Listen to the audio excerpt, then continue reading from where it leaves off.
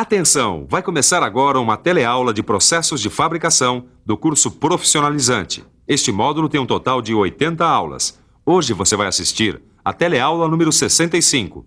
Bons estudos!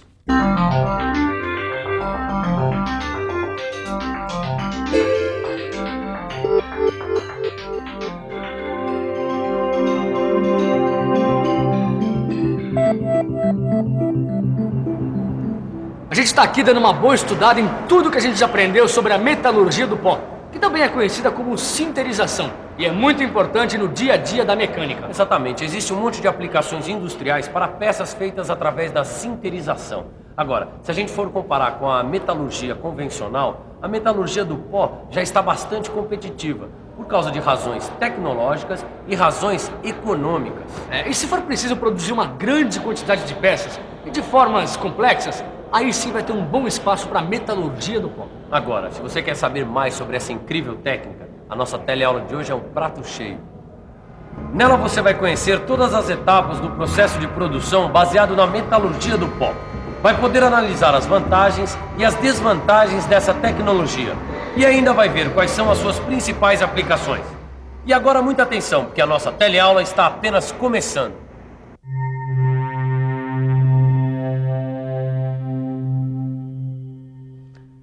Sabe quando que eu ia conseguir fazer essas peças aqui na minha oficina? Nunca. Já pensou como é que eu ia conseguir fazer uma forma tão complexa como essa aqui? De jeito nenhum. Foi por isso que eu encomendei a produção dessas peças. Sabe, elas são todas sinterizadas. E é importante que você saiba por que utilizar a metalurgia do pó. Imagine só quantas operações eu teria de fazer se fosse fabricar eu mesmo essas peças pelos processos tradicionais de usinagem. Sem falar no tanto de cavaco que seria produzido. Você acha que daria para produzir 2.000 peças iguais a essas aqui todos os dias? E quantas pessoas e máquinas seriam necessárias para dar conta do trabalho? A metalurgia do pó é uma alternativa que torna possível a produção com uma única prensa e um operador, com o máximo aproveitamento da matéria-prima. Em linhas gerais, essa tecnologia se resume na prensagem de pós em moldes metálicos e consolidação da peça por aquecimento controlado. O resultado é um produto que já sai do molde com a forma desejada, com um bom acabamento superficial, sem falar que tem composição química e propriedades mecânicas controladas. Veja em detalhes as etapas do processo da metalurgia do pó. São 3 as etapas fundamentais envolvidas no processo da metalurgia do pó: a obtenção dos pós, a compactação e a sinterização propriamente dita. Existem diversos métodos para se obter o pó.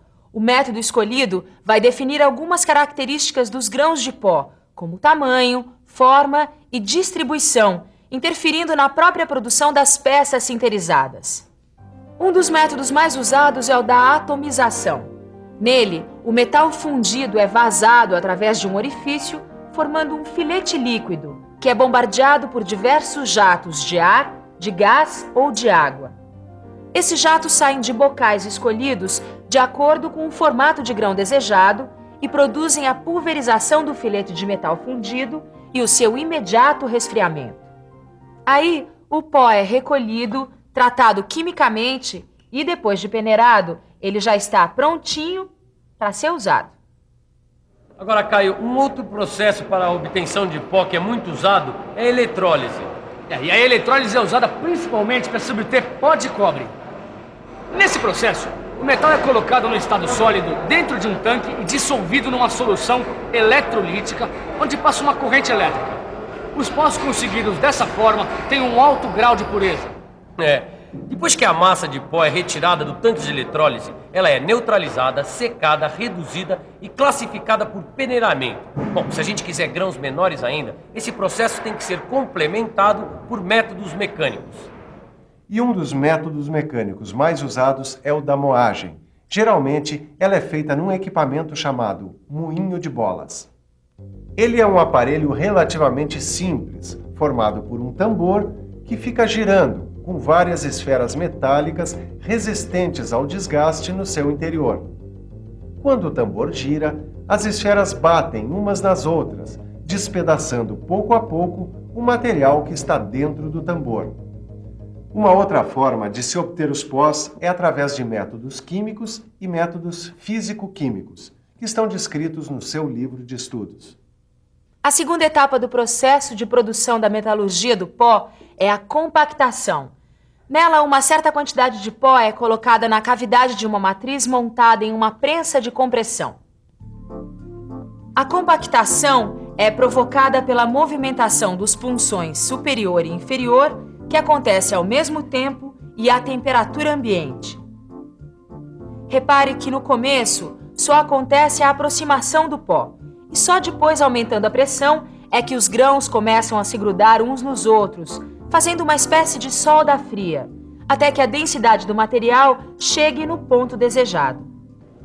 O que é isso, Caio? Você vai comer paçoca aqui na oficina, meu? Não é não, Tito. Você quer? Eu tô pensando no compactado verde. Peraí, você tá pensando na peça que sai da compactação? É isso mesmo. Olha, repare que ele tem a mesma consistência que essa paçoca de amendoim aqui, ó. Deixa eu ver. É verdade. Inclusive, para mexer no compactado verde, é preciso segurar bem de leve, senão ele esfarela todo, que nem a paçoca. Aí é preciso tomar cuidado também com uma região muito importante que é a zona neutra, que é a região do pó compactado que foi menos compactada, ou seja, que sofreu menor pressão. A etapa de consolidação final da peça é a sinterização propriamente dita. Nessa etapa, a massa de partícula, na forma de compactado verde ou dentro de moldes, é aquecida, mas sem chegar ao ponto de fusão do metal base, que é o metal principal do processo e aquele que determina as características básicas do produto final.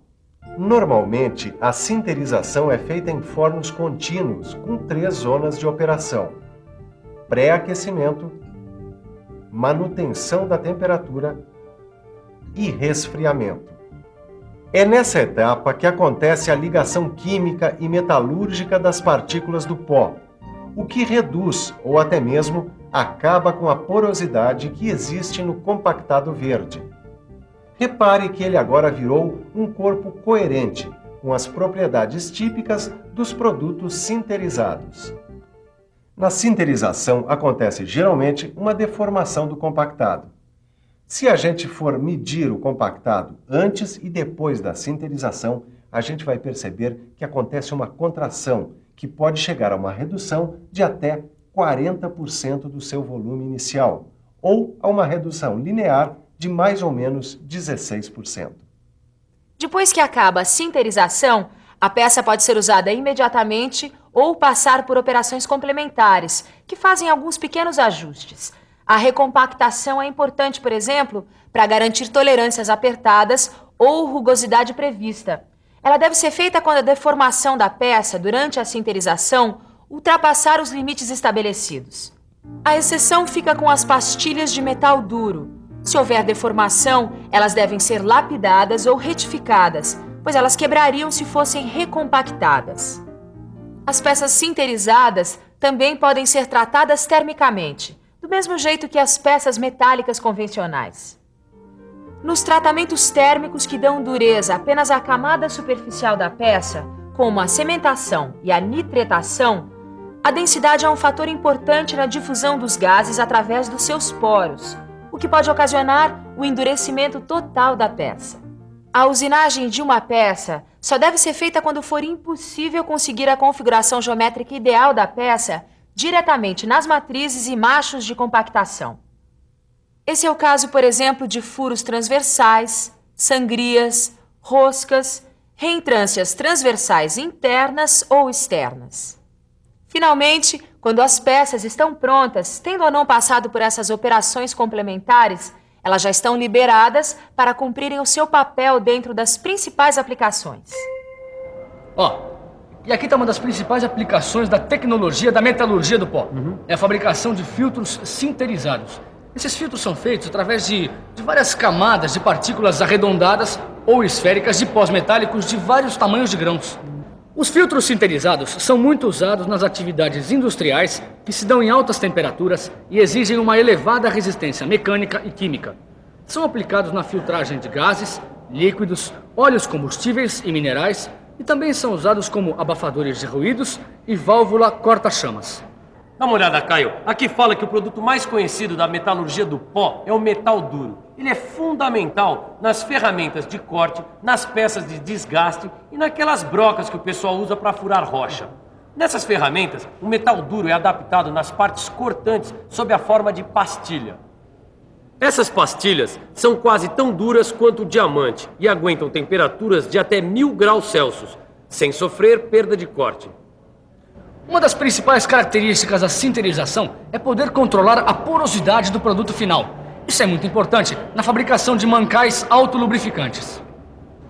A porosidade que existe no mancal pode ser completada com óleo, garantindo uma lubrificação permanente entre o eixo e o mancal. Todas essas aplicações mostram que a metalurgia do pó veio para ficar. É verdade. A sinterização é um processo que oferece a maior economia de material, com mínimas perdas de matéria-prima. Algumas ligas podem ser conseguidas através da metalurgia do pó de um modo mais barato do que se fossem produzidas pela metalurgia convencional. E a possibilidade de unir peças simples a partes sinterizadas também ajuda muito a baratear os custos e, o que é melhor, sem comprometer a qualidade do produto final. Além dessas vantagens econômicas, o controle exato da composição química desejada para o produto final, a redução ou até a eliminação das operações de usinagem, o bom acabamento superficial, a pureza dos produtos obtidos e a facilidade de automação do processo produtivo são alguns dos motivos que tornaram a metalurgia do pó uma fonte produtora de peças para praticamente todos os setores da indústria, como o automobilístico, o de informática, o aeroespacial, o de material eletroeletrônico, o de equipamentos e implementos agrícolas, o têxtil e vários outros. Mas apesar de tantas vantagens e tamanha aplicação, algumas limitações que ainda não foram resolvidas fazem com que a metalurgia do pó não sirva para certas situações. A gente sabe que as peças, elas têm que ser retiradas de uma matriz. Isso dificulta a produção de peças como essa aqui, ó, com rasgo transversal, que só pode ser conseguido por uma usinagem posterior. Outra desvantagem do processo é o alto custo de produção do ferramental. É por isso que ele só vale a pena se a produção for muito grande, o que não é o meu caso. Além disso, o peso e o tamanho da peça podem ser grandes limitadores. Se a peça tiver até 15 kg, tudo bem, mas se for maior, a gente não encontra máquina com potência de compactação suficiente. Mas apesar das desvantagens, a metalurgia do pó é uma tecnologia muito importante, tão importante que merece uma revisão. E atenção, se liga aí que é hora da revisão. Na teleaula de hoje, você conheceu a metalurgia do pó, conhecida também por sinterização.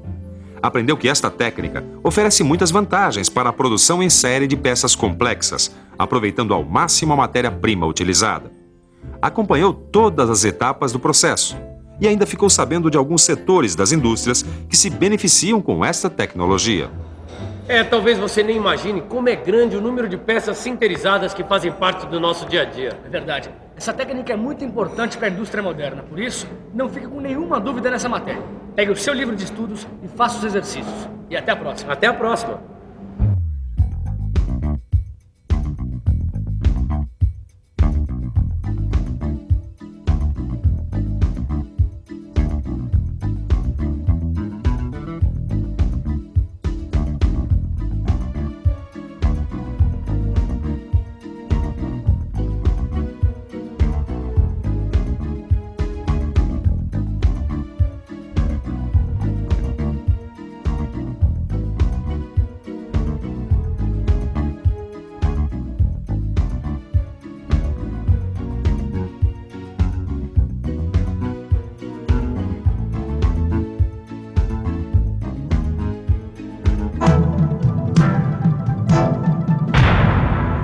Telecurso 2000, um programa de educação do Sistema Fiesp e da Fundação Roberto Marinho.